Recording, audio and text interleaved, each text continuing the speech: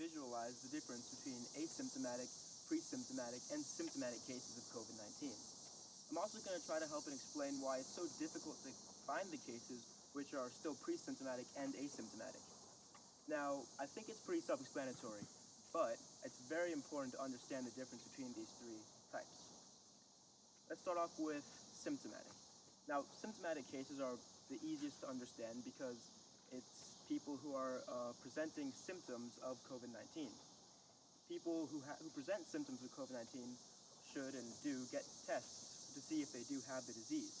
Now, if it comes back positive, often they do have the disease, and if it comes back negative, it means they don't. But there are some cases where the tests are wrong, and some cases also where the doctor presents the information wrong. These are called false positives, because the person gets the test back as positive even though that's false. The next type is called asymptomatic cases. Asymptomatic cases are people who have the disease, but they don't show the symptoms. Now, this is dangerous because they're still very, very contagious. And people who are asymptomatic are also less likely to get a test because there's no reason for them to.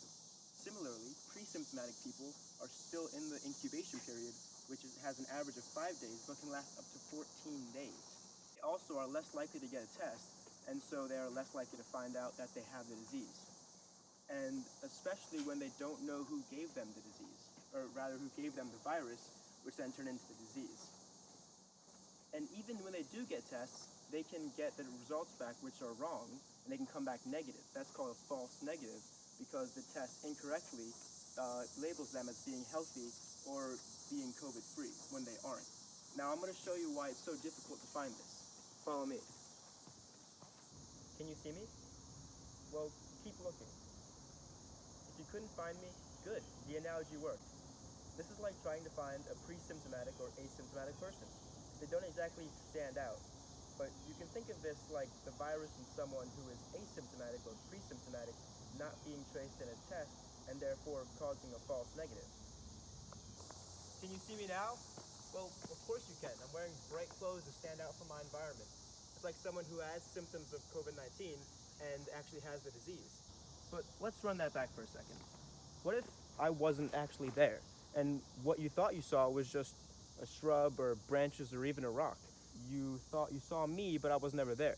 Now you can think of this as a false positive, like if a test thought it saw SARS-CoV-2, but the person was completely healthy. False negatives are much more dangerous, because if someone has a false negative, then they don't know they're a danger to the community they're in, and they believe they're healthy. This means they could go out to a restaurant, they could go shopping at a grocery store, be completely dangerous to everyone else around them. And also, they can go completely under the radar because the health community has already labeled them as being COVID-free. I hope you learned a little bit about the differences between asymptomatic, pre-symptomatic, and symptomatic cases of COVID-19. I hope you also understand the dangers in people who are asymptomatic and pre-symptomatic, and how difficult it is to trace them. Thank you very much for listening.